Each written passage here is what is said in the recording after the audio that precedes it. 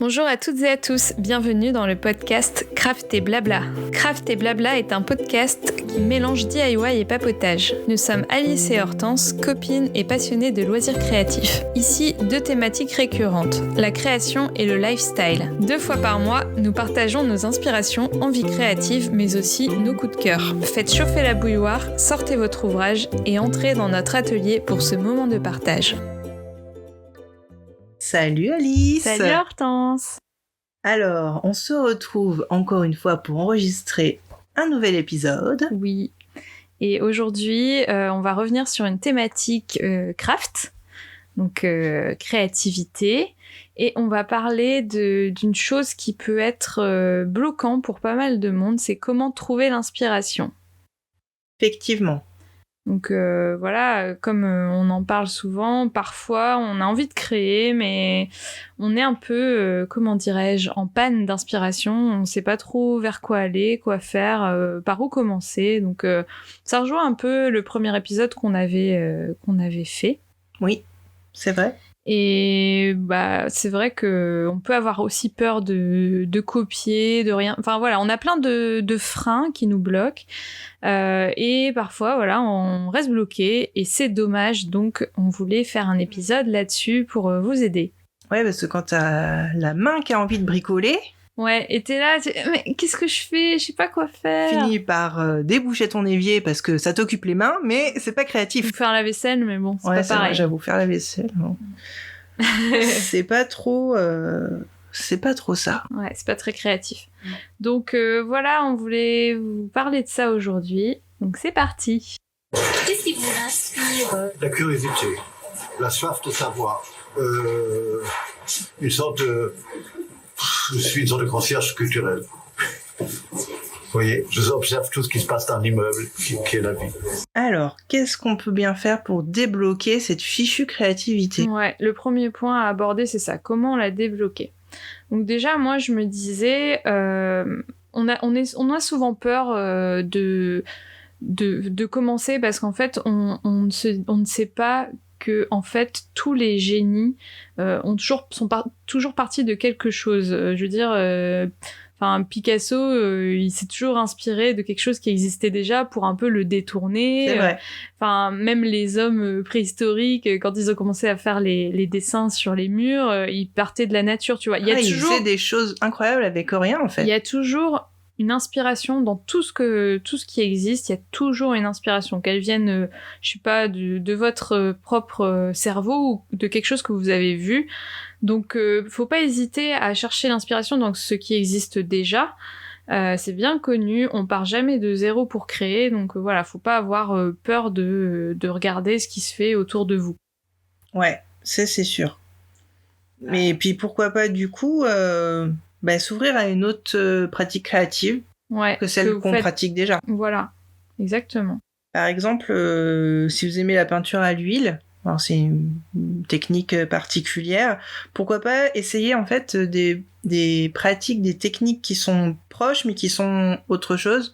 Par exemple, du coup, si vous faites de la peinture à l'huile, pourquoi pas essayer l'aquarelle ou la pastel grasse ou la pastel sèche. En fait, c'est un peu le même principe, c'est remplir une feuille de couleur, mais du coup, c'est pas la même... on n'appréhende pas de la même façon, c'est pas les mêmes outils. Et peut-être que du coup, ça va vous ouvrir... débloquer quelque chose. Parce que parfois, on est bloqué aussi par la technique, où on a l'impression qu'on a un peu fait le tour. Donc le fait de s'ouvrir à quelque chose de nouveau, ou alors même je sais pas, on parle de la peinture et de l'aquarelle, mais s'il y a une technique qui existe en aquarelle, que vous avez jamais testée en peinture à l'huile, bah pourquoi pas l'adapter, essayer de faire des ponts entre les disciplines. Mélanger les disciplines aussi. C'est pas parce qu'on fait... qu'on veut faire un tableau, qu'il faut faire que de la peinture à l'huile, pourquoi pas intégrer du collage. Tu parlais de Picasso, je crois que Picasso, il a fait des tableaux avec, il y a du collage, il y a de la peinture. Ouais, c'est vrai. Mélanger les genres. Ouais. Exactement. Et puis pareil, ça peut être très bien, vous pouvez passer de la couture à la broderie, ou si vous faites des bijoux, par exemple, faire des bijoux, mais avec d'autres matériaux que vous avez l'habitude d'utiliser, par exemple des choses récupérées. Ouais, s'imposer un truc. Ouais, s'imposer un matériau. Une couleur. Ouais, se donner un peu un cadre, en fait. Ça peut, en fait, se donner une contrainte, ça peut augmenter votre créativité. Et c'est vrai qu'on a tendance à rester sur ses acquis et toujours dans la même discipline, mais voilà, faut pas s'interdire de casser un peu ces barrières qu'on s'impose. Exactement. Ouais. Sinon, une bonne façon de s'ouvrir à autre chose, c'est visiter tout simplement des expos. Alors, soit des expos sur votre technique favorite, en fait, ou carrément pour découvrir une autre technique. Parce qu'en fait, de voir le travail d'autres personnes, c'est se dire « Ah, mais attends, moi, c'est pas du tout comme ça que j'aurais fait. » Et en même temps, c'est hyper intéressant ce que l'autre personne a fait. Par exemple, j'aurais pas utilisé fait comme ça. J'aurais pas utilisé ce pinceau-là, et lui, il a utilisé ce pinceau, par exemple, brosse, et du coup, ça a fait un rendu complètement différent. Et du coup, ça débloque, et finalement, le cerveau enregistre, et se dit « la prochaine fois, je vais peut-être utiliser autre chose. » Ouais, c'est ça. Et parfois, même visiter une expo qui n'a rien à voir avec ce qu'on fait, ça peut nous inspirer pour notre loisir créatif du moment. Par exemple, là, en ce moment, à Nantes, il y a une expo sur l'art abstrait au musée d'art, et c'est vrai que moi, ça m'a inspiré pour les couleurs. Ou tu sais, la façon dont c'était peint, donc ça fait comme un motif, et du coup, même si ça n'a rien à voir, je pourrais très bien l'utiliser pour de l'aquarelle ou pour de la broderie. Enfin, ça peut m'inspirer pour autre chose, quoi. Je vais pas copier le tableau, mais je vais en faire autre chose, je vais le transformer en quelque chose de nouveau, quoi. Ouais, la texture, elle amène un relief, et du coup, visuellement, ça t'apporte autre chose à ta création, quoi. Ouais, c'est ça. Tout simplement, les voyages. Oui. On n'y pense pas, mais finalement, changer d'environnement. Je pense d'ailleurs que quand on voyage, c'est ça qu'on veut, c'est voir des nouvelles choses, changer d'environnement, sentir des nouvelles odeurs sur le marché. Et du coup, voyager même en France, mais voilà, changer vraiment de son horizon. Ça développe la créativité, parce qu'on se dit tiens, j'adore ce petit marché là provençal, tiens, j'ai envie de le peindre, et alors que en aquarelle je savais plus trop quoi faire, j'en avais marre des bateaux sur l'eau. Et du coup putain ouais, pourquoi pas peindre des légumes, et du coup Et puis même le fait même si vous n'avez pas les moyens de forcément voyager, rien que le fait de sortir de chez vous, de vous promener dans les rues de votre ville, ça peut être aussi une source d'inspiration. Enfin, je pense notamment à la nature. La nature, c'est de tout temps, ça a été une source d'inspiration. Et je pense que c'est la première inspiration de l'homme pour la création. Tu vois bien Léonard de Vinci, pour tous ces objets volants, il s'inspirait des oiseaux. Ouais, c'est sûr. Voilà, c'est la plus grande source d'inspiration possible. Et en fait, elle peut nous inspirer aussi bien visuellement, donc on peut la dessiner, la peindre, mais aussi en l'utilisant comme matériau, par exemple ramasser du bois flotté, des fleurs qu'on fait sécher. Ça peut être un matériau de base aussi, quoi. Ouais. Même, je sais pas, faire du land art, tu sais, tu es sur la plage et tu ramasses des petits coquillages et tu fais un dessin avec les coquillages. Je crois que ma mère avait, c'était une pièce rapportée, tu vois, genre le mari de sa cousine, je sais plus. Il ramassait des morceaux de verre poli. Oui. Et il faisait des lampes avec. Ça faisait très Tiffany's, tu vois. Ouais. Mais on récup. Et du coup, c'était assez, c'est chargé, mais c'était assez joli. Ça faisait des belles couleurs quand c'était allumé. Trop chouette. Voilà. Ouais. Sinon, je pense que c'est toujours une bonne idée d'approfondir sa technique.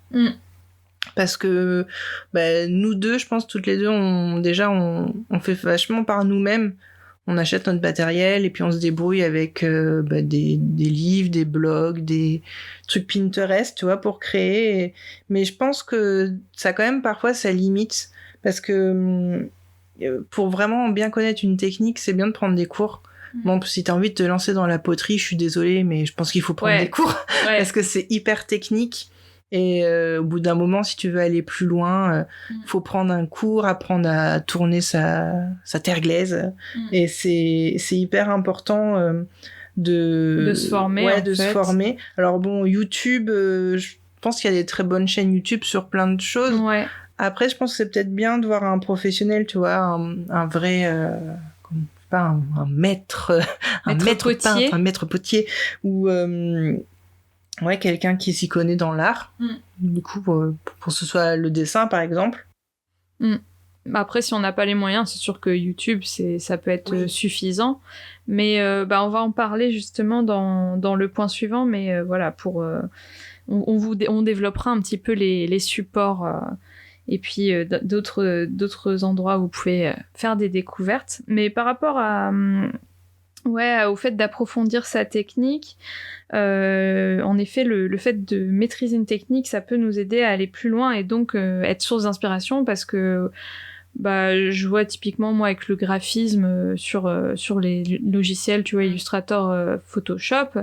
Comme au début, je savais pas comment on faisait, par exemple, pour installer un nouveau pinceau, j'utilisais toujours le même pinceau.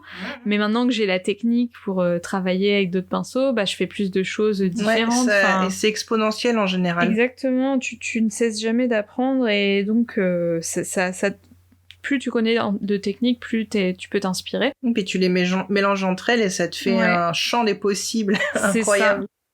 Et aussi, moi, quelque chose que je fais beaucoup pour trouver l'inspiration, c'est toujours avoir mon téléphone avec moi pour prendre des photos partout de tout ce que je vois, que je garde. Et ça n'a pas forcément rapport là avec ce point direct, mais je pensais à ça. Prendre plein de photos et après ça me refait penser à une technique ou à un sujet et voilà, je garde tout, quoi. En fait, c'est un peu comme un carnet de croquis, mais avec des photos. C'est ça. Mais je pense que c'est un réflexe qu'on a, nous, parce qu'on est la génération un peu téléphone. Enfin, sûrement moins que les plus jeunes, mais moi, je prends beaucoup de choses en photo aussi, parce que je veux m'en souvenir, et puis ça permet de se souvenir de tout ça. Et après, vous pouvez peut-être pas prendre des photos dans des expos.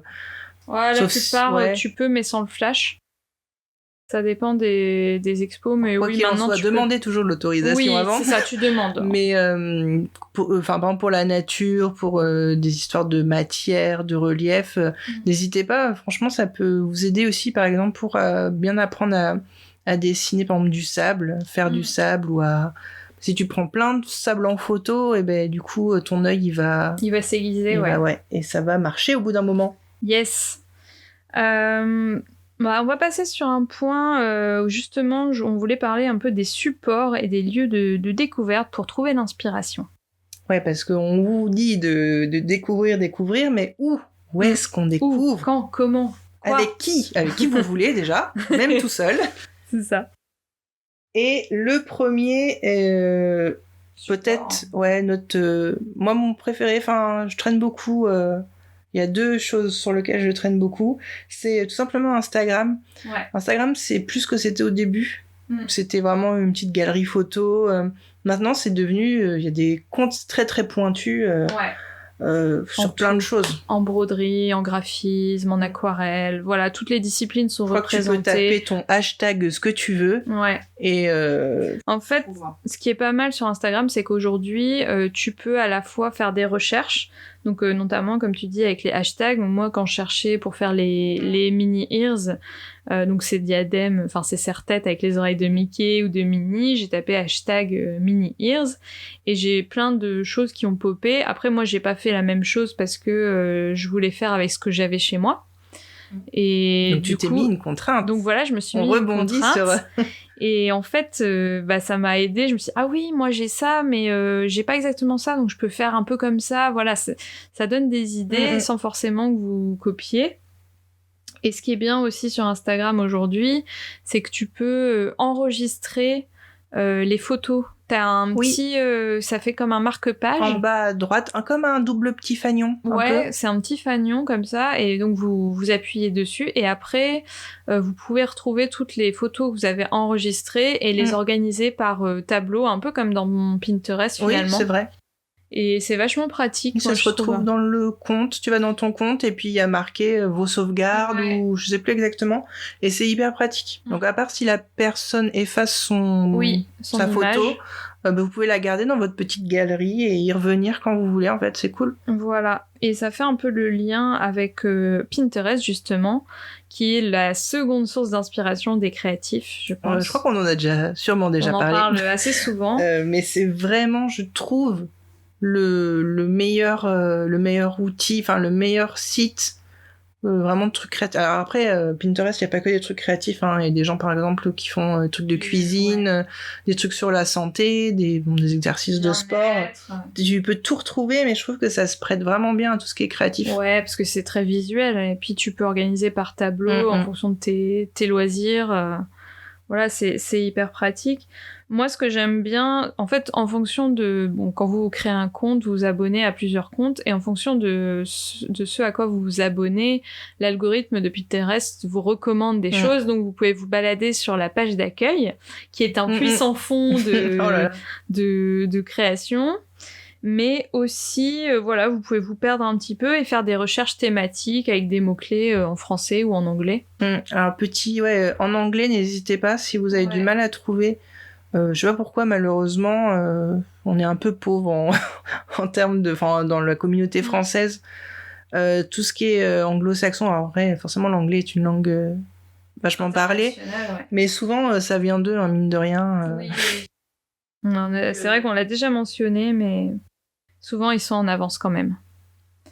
Ensuite, YouTube, on en a parlé. L'ami YouTube. Récemment, justement, en termes de graphisme, moi je regardais des vidéos faites par Adobe. Ils ont, ils ont des chaînes YouTube et ils proposent pas mal de choses, de ressources, donc ça c'est hyper bien. Et puis, dans le même style que YouTube, il y a tout ce qui est vidéo payante, formation par vidéo payante, et donc il y a tuto.com et Domestika. Je sais pas si tu connais. Alors Domestika, ça me fait de l'œil parce que j'ai vraiment beaucoup de recommandations dans les pubs Facebook, si je dis pas de bêtises, de cours. Bon, après, c'est sélectionné, c'est sûrement des personnes très compétentes et ça donne vraiment envie. Après, je pense qu'il y a de tout. Ouais. Faut regarder sûrement les notes. Oui, voilà. C'est comme les notes vendeurs sur Amazon ou ce que tu veux. Mais t'as un peu tous les prix, donc tu peux avoir des cours pour pas très cher, quoi. Ils font des promos, des fois, tu payes, je vous dis des bêtises, 30 € et t'as 3 cours de ton choix. Donc c'est hyper intéressant, je pense. Et par contre, tuto.com, t'as quelques tutos qui sont gratuits. Ah, mais je connais pas du tout tuto.com. Faudrait que j'aille voir ça. Ensuite, qu'est-ce qu'on a d'autre comme support ? Les bases. Ouais. La médiathèque, la bibliothèque. Ouais, ça, c'est quelque chose qui est très sous-estimé. Mais franchement, t'as vraiment beaucoup de ressources dans les médiathèques. Notamment des livres de loisirs créatifs, des magazines. Comme la dernière fois, je parlais de modes et travaux, mais il n'y a pas que ça. Ils ont un peu une presse loisirs créatifs, quoi. Et puis même si vous êtes inspiré d'un artiste, des livres d'art, livres d'architecture, il y a de tout. Enfin, puis c'est gratuit la plupart du temps. Il faut pas hésiter aussi, si vous trouvez pas, peut-être à demander à la bibliothécaire, parce que des fois ils font venir des livres d'autres endroits. Ils sont en partenariat. Je sais pas trop comment ça fonctionne, mais des fois ils font venir un livre, donc s'il y est pas, t'attends une semaine ou deux, ils peuvent te le faire venir, donc c'est plutôt cool. Après, on en a déjà parlé, mais tout ce qui est exposition d'art. Oui, quelle qu'elle soit. Même la petite expo pendant les vacances sur la côte. La petite expo de ta commune qui fait de la peinture sur soie. Ah non, on va encore bâcher la peinture sur soie. C'est pas gentil. Je pense à ça parce que tu vois, dans ma commune, là, j'ai vu passer, je sais plus quand, il y a l'expo du groupe de photos. Oui, c'est vrai. Et ma foi, bon, après il y a de tout, hein, mais il y a de tout, et puis souvent la moyenne d'âge elle est élevée. Donc bon, du coup, tu te dis mais qu'est-ce que je fous là ? Mais c'est bien de s'ouvrir un peu. Ouais, c'est ça. Il faut que je me force un peu. Mais ouais, du coup, bon là c'est l'expo photo, mais il peut y avoir une expo peinture. Après, des fois, t'as aussi des expos des enfants. Malgré tout, ça peut être rigolo. Bah ouais. Donc, il faut vraiment se renseigner. Il y a plein de choses. Carrément. Et puis, tu sais, je voulais te parler d'un truc, mais je crois que ça existe plus depuis le Covid. Ça s'appelle un salon. Ah, les salons, comme le salon du mariage, salon du tatouage. Voilà. Il y a des salons de loisirs créatifs. Ah oui, ça existe. Souviens-toi. Oui, bon, on fait un peu d'humour, mais on a été on a beaucoup été au salon Creativa, même en tant que blogueuse déjà à l'époque, tu te souviens? Oui, on faisait des petits ateliers. Ouais, et tout. bon souvenir. C'était super chouette. Et donc dans ces endroits-là, bah forcément, c'est des marques qui vendent leurs produits de loisirs créatifs, mais il y a aussi des ateliers. Et le fait justement de voir tous ces produits, ça va vous donner des idées à foison, quoi. Ils ont souvent du bon matériel. Bon, il y a de tout. Hein. Des fois, il y a des choses chères. Ouais, il y a des choses très chères. Souvent, les prix salon, c'est cher. Par exemple, alors c'est pas forcément la meilleure référence du monde, mais moi, j'avais découvert le diamond painting. C'est quoi? Tu sais, c'est coller des petits strass sur des tableaux, comme le peinture par numéro, mais avec des strass. Exactement, oui, je vois. Et je me rappelle, la première fois que j'ai vu ça, c'était au salon Loisirs Creativa. Et je me souviens que c'était un des stands où il y avait le plus de monde. Et là, je me suis dit, mais what the fuck? Ouais. Mais c'est parce que c'est accessible, en fait. C'est une activité très accessible. Ça peut être reposant, comme un peu le coloriage. Oui, que c'est comme du coloriage ou de la peinture par numéro. C'est le rendu, moi, que j'aime moins. Je le mettrai pas chez moi. Un peu kitschouille. Mais j'en avais acheté chez Action. Ils vendaient des tout petits... je sais pas, c'était un petit carré de 10 par 10, tu vois. Et j'avoue, ça m'avait occupé. C'était rigolo, tu vois, mais bon, un tableau de 50 par 50, je sais pas si... Ouais, sinon, faut le détourner un peu, faut trouver des motifs modernes. Je crois que c'est dur, quand même. Ou alors, faut habiter à Vegas. Ouais, c'est ça. Enfin, je regarde ça, tiens, juste pour voir à quoi ça ressemble un petit peu. Mais ouais, après, je me disais aussi, c'est un outil qui est souvent utilisé dans la mode, mais aussi... en architecture, dans le graphisme, c'est pourquoi pas vous créer une planche d'ambiance ou ce qu'on appelle un mood board.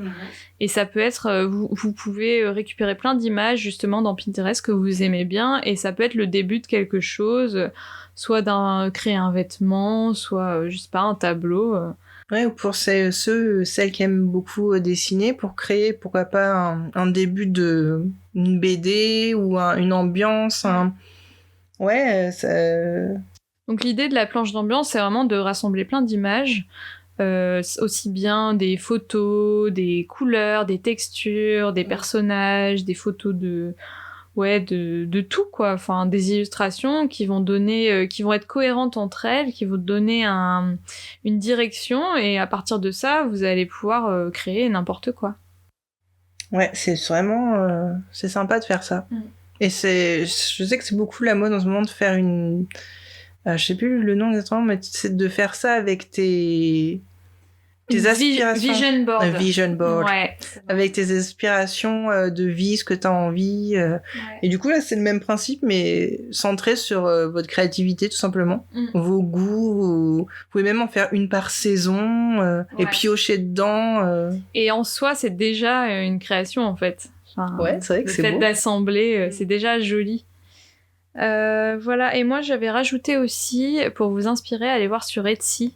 Ah, les petits créateurs. Ouais, ça peut vous donner des idées. Bon, après, évitez de copier, parce que voilà, c'est des gens qui doivent gagner leur... Et n'oubliez pas qu'il y a de tout sur Etsy. Il y a des revendeurs de AliExpress. Voilà, alors, ça existe aussi, donc parfois...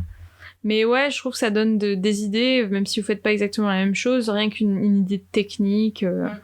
Voilà, ça peut vous éveiller les sens. N'oublions pas quelque chose d'important. Ouais, un autre point à aborder. La peur de l'échec. Ouais. Mais finalement, c'est hyper important d'essayer. Alors après, quand comme moi par exemple, qui commence souvent des choses mais qui les finit pas. Mais c'est bien de se lancer finalement, d'essayer et puis de se tromper, peut-être, possiblement, sûrement. C'est des choses qu'on avait déjà évoquées, mais c'est vrai que faut pas avoir peur d'essayer. Ouais, il faut se lancer. Puis après, t'as rien vraiment à perdre, même si c'est moche. Tu te dis putain, je vais gâcher du papier. Bah ouais, c'est un risque, mais je pense que à part des grands génies, tu vois, des comment on appelle ça, des érudits. tout le monde se plante au début, quoi. Tu peux pas prendre un crayon et dessiner parfaitement bien. Il faut essayer et se planter et recommencer, hein. Comprendre, faire autrement. Et puis au bout d'un moment, malgré tout, tu finis par réussir.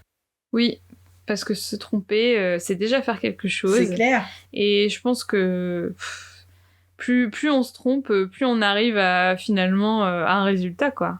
Ce qui est assez intéressant, c'est de pas jeter en fait vos tromperies, ça se dit pas comme ça, mais vos échecs, et de bien les noter en la date. Et voir l'évolution. Ouais, tu vois l'évolution, et je vois ça souvent sur Instagram des illustrateurs, tu vois. Oui. Et ils font leur il y a 10 ans et maintenant, et ils redessinent par exemple comment un truc qu'ils ont décidé il y a 10 ans, ils le redessinent maintenant. Et des fois c'est juste une photo, des fois c'est des timelapses de vidéos, et tu te dis le mec en fait il est vachement plus assuré. Mais oui, parce que quand on regarde certains comptes Instagram d'illustrateurs, illustratrices, on se dit waouh, c'est trop beau ce qu'il fait. Moi j'arriverai jamais à faire ça. Et ce genre de vidéo, je trouve que c'est vraiment bien parce que ça montre que c'est pas inné, enfin c'est vraiment du travail, et que tout le monde peut le faire à condition de se donner les moyens de le faire, quoi. Ouais, je me rappelle que quand je faisais de la Fimo, souvent les papesses de la Fimo, Miss Créative, Madame Patachou, elles faisaient des avant-après, elles avaient gardé leur petite création, genre par exemple, tiens, un éclair au chocolat en Fimo, et elles le refaisaient, elles disaient, je le ferai plus du tout comme ça, et on voyait l'évolution, et on se dit, déjà que tu disais, tu étais contente de moi il y a 10 ans, et là tu dis, ouais, c'est cool, j'ai vachement progressé, et c'est chouette. Donc multiplier les essais, les nouvelles techniques, et souvent on finit par prendre le pli quand même, et pour compléter ça, voilà, toujours dans cette idée de se former, en fait ça va finir par venir, et voilà, n'hésitez pas à recommencer, il n'y a pas de souci, personne va vous juger, quoi. Puis chacun a sa patte aussi. Ouais. Parce que tu peux pas, il faut découvrir en fait son style c'est pas parce que quelqu'un dessine super bien comme ça façon manga, mais toi c'est pas ton truc, et tu vas le transformer, c'est pas ta sensibilité. Ouais, voilà, et ce sera unique. Et ça permet d'explorer sa créativité. Oh oui. Il y a aussi un point qu'on voulait aborder, on a déjà un peu parlé en début de podcast, c'est l'idée de la copie. Il y a des gens qui s'en fichent de copier. Bon, après, c'est vraiment un grand débat, parce que qu'est-ce qui se copie, qu'est-ce qui se copie pas, est-ce qu'on a le droit de copier Zara, H&M, et on n'a pas le droit de copier les petits créateurs, enfin voilà, c'est vraiment un large débat, mais personne n'aime copier. Non, c'est clair que tu te dis, voilà, c'est super, j'ai voulu dessiner une licorne et elle ressemble exactement à ce que j'ai vu sur Instagram ou ce que tu veux. Donc tu te dis, super. J'ai rien inventé, ouais, quoi. Voilà, j'ai aucun mérite. Mais en fait, il faut voir ça plutôt comme... tu prends des petits éléments, tu vois, pour te débloquer. Par exemple, là, j'ai dessiné ce personnage, je le trouve trop beau, mais je sais pas dessiner les mains. Voilà, tu peux te dire, je vais voir tel illustrateur, comment il dessine ses mains, tu vas les faire pareil. C'est pas, est-ce que c'est copier Ouais, tu t'es inspiré pour essayer de progresser, et après tu finis par trouver ton style, et tu te dis, j'aurais jamais dû faire les mains comme ça de mon bonhomme, c'est trop moche. Et puis il faut aussi se retenir qu'on est des millions, des milliards de têtes pensantes. Et franchement, on peut avoir les mêmes idées au même moment, et ça veut pas dire qu'on a copié. Surtout qu'aujourd'hui, tout a quasiment été inventé. Je crois que c'est dur d'inventer des nouvelles choses. Regarde, rien qu'en termes de musique, depuis... les Beatles par exemple, c'est un peu les Picasso de la musique, parce que ils ont inventé toute la musique moderne en fait. Et depuis, oui, il y a toujours des nouvelles choses qui arrivent, notamment le rap qui est arrivé ensuite, mais c'est compliqué maintenant de créer des nouveaux sons, parce que plus on avance dans le temps, plus tout existe, quoi. Ouais, puis tu vois, si on prend l'exemple de la mode, Je pense que... Enfin, il y en a qui disent « Ah, c'est le retour des années 90 », mais les années 90, c'était déjà le retour de choses avant. Je pense qu'on a fini d'évoluer, par exemple, dans la mode, ce sera toujours des retours. Voilà, des retours aux 70s, des retours aux années 60. Est-ce qu'il y aura des nouveautés, je ne sais pas. Et en parlant de copier, moi j'aime bien cette histoire, enfin c'est drôle et c'est pas drôle, mais J.K. Rowling, qui a écrit Harry Potter... Il y a plein de gens qui ont vu de similitudes avec L'île au crâne de Anthony Horowitz. Et c'est vrai que les deux histoires, j'ai pas lu le livre, mais les deux histoires sont similaires. Et du coup, on se dit, est-ce que J.K. Rowling, elle a pompé sur Monsieur Horowitz, qui a sorti son livre quelques années avant Harry Potter, qui n'a pas eu le même succès. Qui n'a pas eu le même succès parce que... Alors, il y a peut-être eu moins de promos. Ouais. Alors pourquoi, comment Mais vous pourrez trouver sur YouTube des histoires où vous tapez plagiat Harry Potter et vous allez découvrir un peu une histoire qui n'est pas une histoire, parce que finalement Anthony Horowitz, il a décidé de laisser tomber ce livre. Il a fait des sagas de livres hyper connus maintenant. Ouais, il a fait autre chose, quoi. Voilà, il a fait autre chose. L'histoire se ressemble et du coup... Est-ce que c'est de la copie ? On sait pas. Non, il y a des choses similaires. Voilà, c'est une école de sorcellerie avec un petit gamin qui arrive, qui découvre qu'il est sorcier. Tu dis bon, c'est Harry Potter. Mais voilà, est-ce que J.K. Rowling, elle a très bien pu se dire, c'est tout sorti de sa tête, ou ça se trouve elle a lu le livre et inconsciemment, tu vois, elle a réutilisé des éléments. On saura jamais, mais c'est comme ça. On peut pas tous avoir l'idée unique. C'est ça. Après, si vous vous inspirez de quelqu'un et que ça vous pose problème, et que, je sais pas, par exemple, vous mettez vos créations sur Internet, sur Instagram ou autre, n'hésitez pas à citer vos sources. Vous pouvez dire, voilà, pour ça, je me suis inspirée de telle personne, le taguer, et peut-être que ça vous décomplexera aussi. Enfin, voilà, ça peut aider, puis ça peut vous débloquer, quoi. Si vraiment ça vous pose souci. Après, par exemple, pour apprendre à dessiner, vous pouvez très bien, pour commencer, sans forcément le publier, mais dessiner des choses qui existent déjà, comme des personnages de BD, de manga. Vous allez copier, mais c'est ça qui va vous aider à progresser, en fait. Je me souviens, j'ai vu plusieurs reportages, des petites interviews sur des mangaka japonais, ou même des mangaka. Je me rappelle d'un Italien qui est devenu mangaka au Japon. Et du coup, lui, ce qu'il faisait et ce qui a fait sa réussite, c'est qu'il recopiait des pages entières de manga, en fait, à la perfection, jusqu'à les connaître par cœur, à les dessiner par cœur. Oui, il copiait, c'est-à-dire littéralement il reproduisait une page.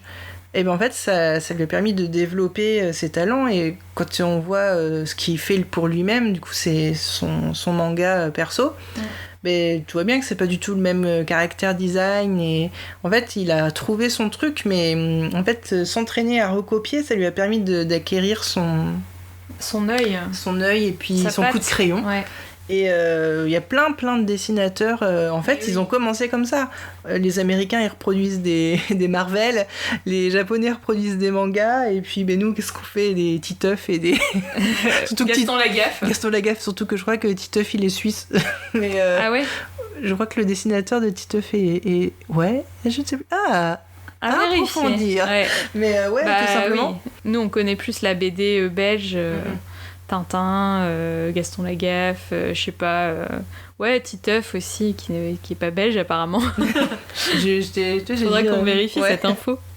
Mais ouais, franchement, faut pas avoir peur de copier pour ensuite extrapoler et vous libérer de ça, quoi. Il y a un moment, de toute façon, tu finis par trouver ta patte. Tu prends des petits éléments. De toute façon, je prends vraiment l'exemple du dessin, les gens qui aiment dessiner.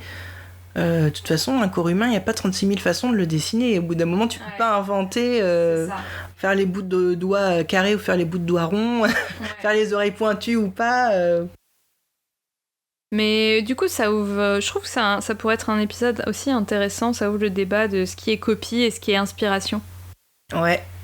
C'est compliqué, mais intéressant. Ouais, dites-nous si ça vous intéresse d'en reparler.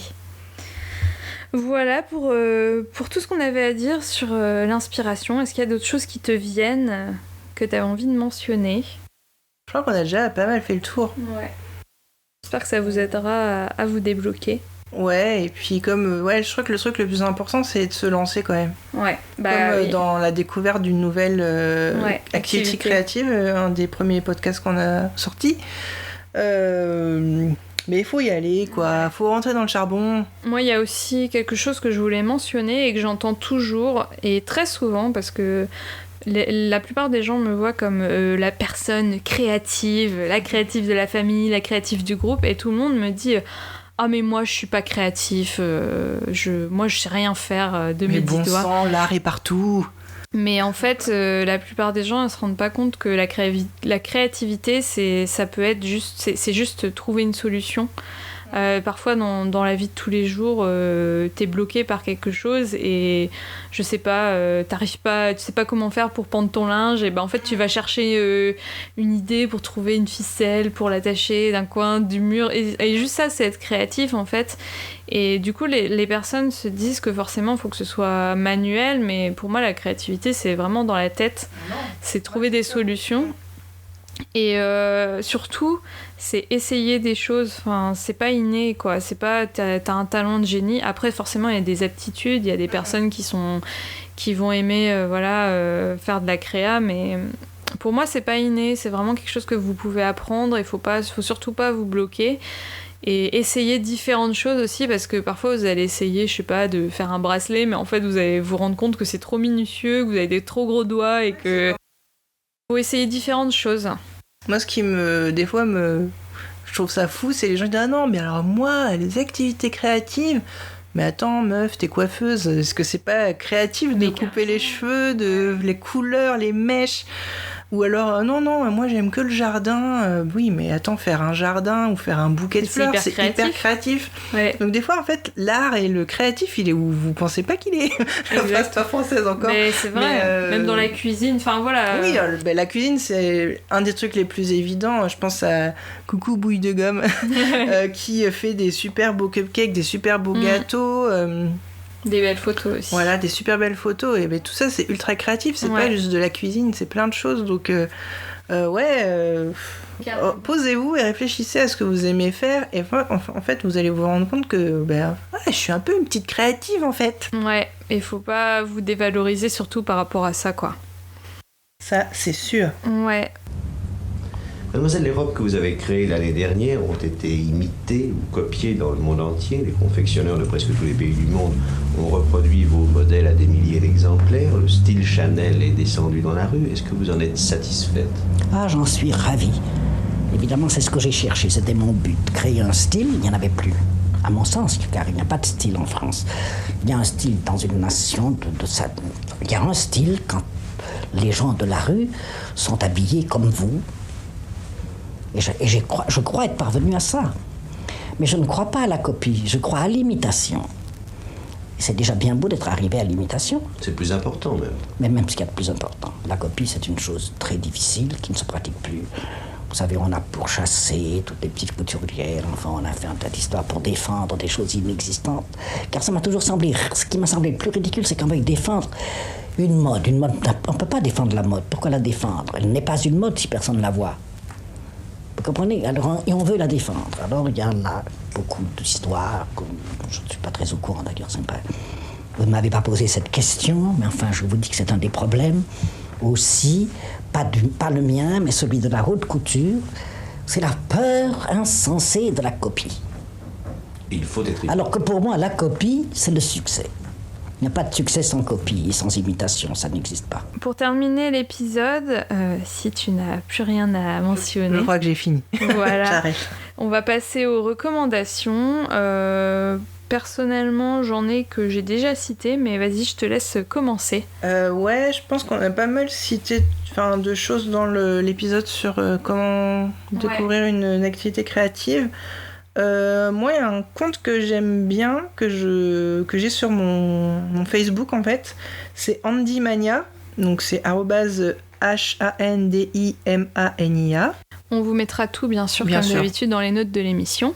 Donc ils ont un compte Facebook et un Insta, et je pense qu'ils ont un blog, mais moi ce qui m'intéresse c'est sur Facebook en fait, parce que c'est une personne, elle repartage beaucoup d'articles et d'inspiration créative, mais aussi des life hacks, des idées de voyage aussi ça peut être, et je trouve ça cool parce que dans mon feed de Facebook quand je scrolle, des fois je tombe dessus et c'est chouette, tu vois. Récemment c'était pas mal, elle a pas mal partagé des choses sur ce qui est meubles en palette.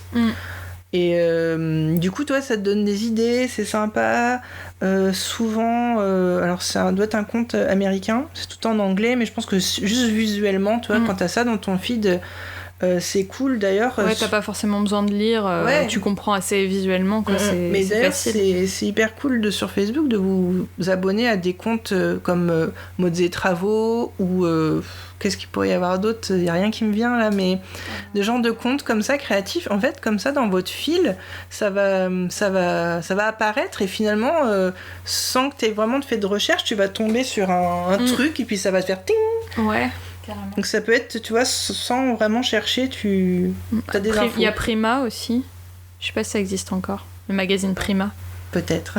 Il y a quoi Femme Actuelle. Femme Actuelle, peut y avoir il y a des choses sympas. Créatives. Ouais, après il y a plein de comptes Facebook de la presse, quoi. En fait, c'est un peu comme... Marie-Claire. Ouais, Marie-Claire. J'y pensais plus. Donc c'est un peu le même principe que Pinterest. En fait, quand tu scrolles ton Pinterest... mais t'as toutes ces idées qui sont en rapport avec ce que t'as déjà recherché, et du coup tu t'as toutes ces informations, ces choses qui arrivent, et puis ça peut toi trouver une idée, te débloquer, ouais, sans forcément chercher finalement. Tu tombes dessus, bah oui, je ferais bien ça, et ça y est, t'es coin de ta reparti. tête, ça reste dans un petit coin, et puis un jour ça te repop comme ça, poup. Ouais. Moi, je voulais parler donc de sites que j'ai déjà mentionnés dans d'autres épisodes, mais c'est PS I Made This. Ah, j'aime bien ça. Donc c'est pareil, très visuel. Sur l'image, vous avez... souvent on les trouve sur Pinterest, mais donc elle a un compte Instagram, un blog, et vous avez tout le matériel qu'il faut sur l'image. Vous avez le step by step, le pas à pas, pardon, je ne suis pas américaine. Pas encore. Et voilà, c'est hyper inspirant. Il n'y a pas besoin forcément de beaucoup de matériel. Et pareil, dans le même style, A Beautiful Mess, ils ont un blog. C'est assez informel, tu vois. Ouais. C'est pas aujourd'hui, on va apprendre à faire un cadre. Non, c'est tiens, j'ai acheté ça, je l'ai repeint et puis j'ai mis des paillettes et voilà. C'est des hacks. Et c'est assez accessible. Ensuite, par rapport à trouver l'inspiration, moi j'avais une reco, c'est les sites de musées. Depuis le Covid et les confinements, les musées se sont beaucoup mis au virtuel. Le Louvre a fait ça, je crois. Ouais. Et vous pouvez visiter littéralement depuis votre canapé les galeries, souvent les expos permanentes. Sans faire la file d'attente. Ouais. Et en fait, vous pouvez partir d'une œuvre d'art, comme on disait, la recopier ou la détourner. Vous pouvez, je sais pas, si vous partez de la Joconde, vous pouvez la découper en 1000 morceaux et refaire un autre portrait avec. Vous pouvez la repeindre dans une autre couleur, la refaire en aquarelle. Enfin, franchement, il y a plein de choses à faire. Ça me fait penser à un peu des exercices qu'on avait en art plastique au collège. Ce que tu es en train de dire, c'est marrant, ça m'a popé comme ça. Vrai. Genre, je crois que j'avais fait ça avec c'était pas la Joconde, je sais plus ce que c'était. Mais on avait fait des exercices comme ça. Et ouais, vous pouvez partir de ça. Mais je dis la Joconde parce que c'est mon inspiration. Et puis oui. Joclis, voilà, la petite histoire. Il y a toujours des gens qui me demandent c'est quoi ton pseudo. En fait, ça vient de la Joconde. Voilà, vous savez tout. Et sinon, je pensais aussi au site de la National British Library de Londres. Et pareil, ils ont un site, je mettrai dans les notes de l'émission. Vous pouvez avoir accès notamment à des vieilles gravures. Tu sais, les tableaux où tu as plein de coquillages de différentes espèces, plein d'animaux. Comme les trucs d'Hérole, là, les... Ouais. Et il y a tout ça. Parfois, il y a des trucs du Moyen-Âge où les gens ils croyaient qu'ils avaient vu une licorne et du coup ils dessinaient des bestiaires comme ça. Et il y a plein de vieilles photos, de vieilles images comme ça que vous pouvez utiliser à des fins artistiques. Je trouve que c'est une vraie mine d'or. Voilà, je vous mettrai le lien également. Voilà pour cet épisode. Ouais, c'était cool. Et n'hésitez pas aussi à nous dire sur nos réseaux sociaux, Facebook et Instagram, quelles sont vos principales sources d'inspiration. Voilà, ça peut nous donner des idées à nous aussi. On veut savoir si ça a pu vous débloquer. Ouais, si vous avez réussi à trouver l'inspiration. Et n'hésitez pas à nous taguer sur vos créations. Oui, on repartage tout en story. Il y a une story à la une qui s'appelle Vos créations. Il y a aussi une story avec nos créations. Mais n'hésitez pas à nous taguer quand vous avez fait un petit bricolage, un petit truc, une petite bidouille. Et nous, on repartage tout et c'est comme cool. Comme ça, voilà, on montre aussi un peu ce que vous faites et ça nous fait toujours très plaisir. Voilà, et ben merci Hortense. Merci à toi. À bientôt. À bientôt. Salut. Merci d'avoir écouté ce podcast. Vous pouvez d'ores et déjà nous retrouver sur les différentes plateformes de podcast, mais aussi sur Facebook et Instagram, @craft et blabla. Les liens sont à retrouver dans les notes de l'émission. À très vite!